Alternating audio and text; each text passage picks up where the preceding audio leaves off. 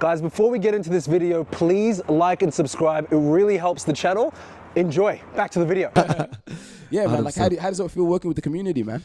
Yeah, man. Well, let me tell you something. My first few clients were all from the community. Footscray, Werribee, North Melbourne, black people, bro.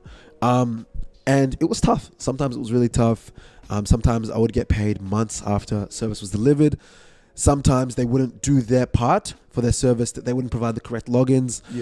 Fortunately, we have systems in place now to ease that. But yeah, it was tough, man. But I'll tell you why I'm grateful for it, because it humbled me very early. If I had there's this saying, fast success breeds ego, slow success breeds character.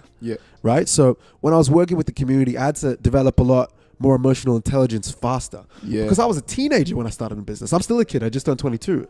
So what I realized working with the community is they're definitely going to ask for discounts. They're definitely going to try and lowball you.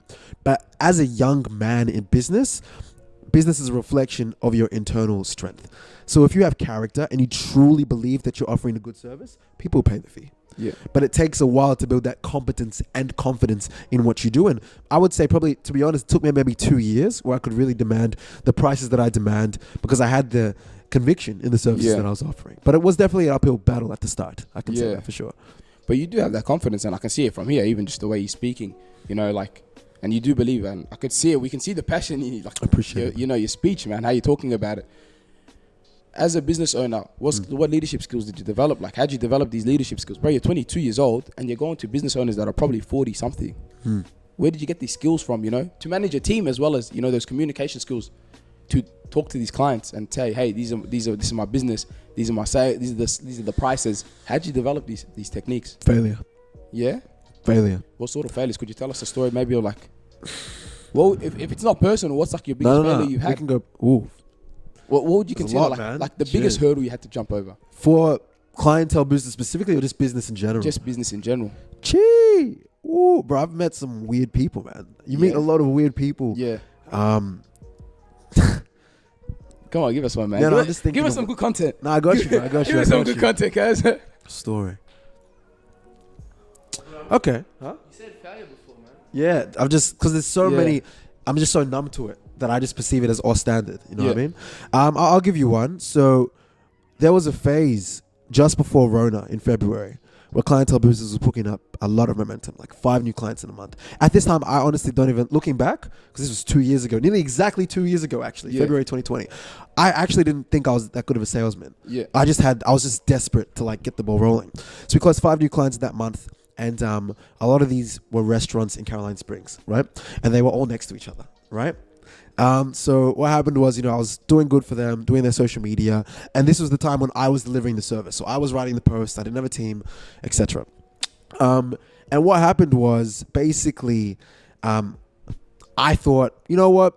One of the restaurants wants a graphic design. I'm not a graphic designer, but I'll learn the skill as well. I'll do graphic design. They wanted a menu redesigned.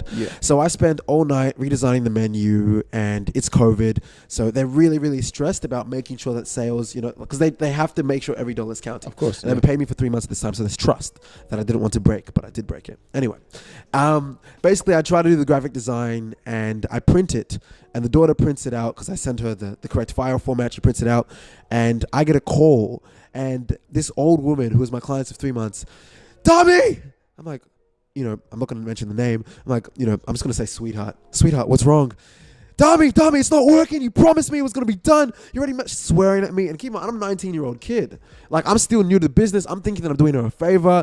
No, I can't work with you anymore. This is bad. So she goes to tells the other restaurants that she knows are working with me how bad of a job that I did.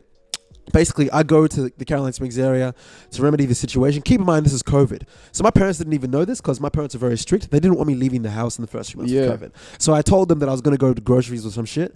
I drive all the way to Caroline Springs. I have a meeting at each restaurant trying to remedy the situation.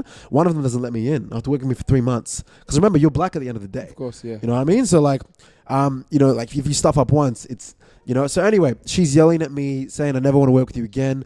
One of the other clients that I was working with that I thought liked me the most, I did a poster for him. He said he was going to pay me, you know, the day after. But after hearing that shit from the other lady, he didn't pay me for a job that we completed. We spent hours on it, me and my little brother, because he worked for me very briefly at that time. And he didn't pay me for a job. And yeah, man, like it was tough. Like that was that wasn't probably the most painful, but that was probably one of the ones where it was early enough, just after I got featured in the paper, that it was like, what are you actually made of? Because after that, I had to now learn cold calling, how to cold call during COVID. So I was cold calling to different parts of Australia, trying to generate new business. I was calling 50 to 100 people a day. A lot of them would hang up. A lot of them would laugh at me. Yeah. I've had people not shake my hand, man. I used to pitch in Turak, bro. Door to door. Imagine a black guy wearing I would wear my dad's suit, go to Turak. It was baggy on me. You know what I mean? Wearing maybe like Jordans or something. Shout out to the old man. Come on, shout out to my dad, man. Yeah. Go to Turak, try to put on my best white voice, which I think I've nailed right now. You know what I mean? But you're holding it down. Give it up to you. And I'll go, hi, my name's. They wouldn't. I remember one Arab dude. He's like, who are you? And I was like, I'm Dami from Clientele Boosters. Maybe you've heard of us. Obviously, he hadn't. It was just my pitch. Yeah. Maybe you heard of us. You know, from the local area, etc. Put my hand out. He looked at me. Look at my eyes, walk off, bro. It's the game, man. I was 20, but like, I'm just so grateful for those failures. But there's countless others. Do you take those stuff personally? Oh, absolutely not. I love it. And the thing is, there's people that say, oh, I love sadness, I love failure, I love pain. They don't. Because the thing is, you have to reprogram your brain. Like I told you before, the thing about the detox, like you have to reprogram your brain to perceive pain as literally like a video game. The more responsibility you adopt, and if you're able to overcome it, the more you're able to level up. Yeah. If I'm not having any pain or any fear, but I'm not growing, I need a bit of fear. If it's too easy, I'm like, shit. Someone's going to beat me. I need pain. So I love it. I'm very grateful for it. And I mean that. And I think that's a big reason why I've been fortunate enough to grow at the rate I have. And with the more pain, I'll be able to keep going in this direction. How do you suppress your ego? How do you suppress your ego in those situations? Suppress your ego? Personally, man, I think I got a bit of an ego. I'm not like ego, but I got competitiveness, which brings, I can tell, which develops an ego. You know, sure. But not an ego like I'm the best or whatever. It's like I want to be better than this guy. For sure. You know what I mean? Like I have that, for example. Let's just say in that situation, someone didn't shake my hand personally. I'll look at them and it'll phase me a little bit. I'll be honest with you, but I get over it quick. How did you develop? Like, bro, if someone didn't shake my hand, bro, I'll look at him like, what's wrong with you? You know what I'm saying? 100%. How do you like get those skills as well? Well, I'm very similar to you, man. Like I'm a young man. Like we're both young men. We definitely have egos, like 100%.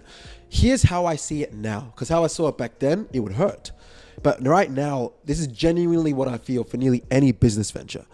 If someone disrespects me, because I have haters. If you're a man and you're going for something, you're going to have haters.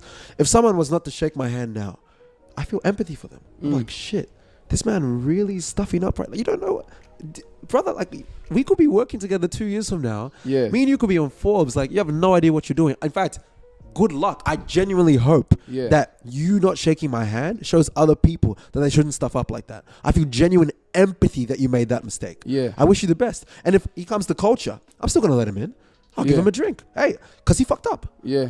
He genuinely I feel really bad for you. You should be and the thing is, listen, if you're too much, because you can have an ego, but it's also about how you reframe your ego. I have a massive ego, but I don't let it control me. Yes. I generate that ego to, okay, I want to achieve my potential and I want to share my potential with the world. Yeah. So if someone doesn't see my potential or they think I'm BS or they think, they don't believe in me, that's absolutely fantastic. I feel bad for you. Yeah. It's conviction. If you really believe in yourself, then you got to feel bad for people that don't see it. Yeah. If someone doesn't believe in you, bro, I believe in this podcast. Yeah. I was telling you guys, I looked you guys up on Google. I looked you guys up on YouTube and Instagram. You guys, if you think about it, if people don't believe in you now, it's like they're not investing in Bitcoin. 100%. Guys, I hope you've enjoyed that video. If you liked it and you got something from it, or even if you didn't, please like, share, subscribe, and drop a comment. It really helps the algorithm favor this channel. And the more you support us, the more we can give you guys more extreme levels of value throughout 2025 and beyond. Looking forward to the next episode and being able to serve you guys. And as always, think mega. Take care.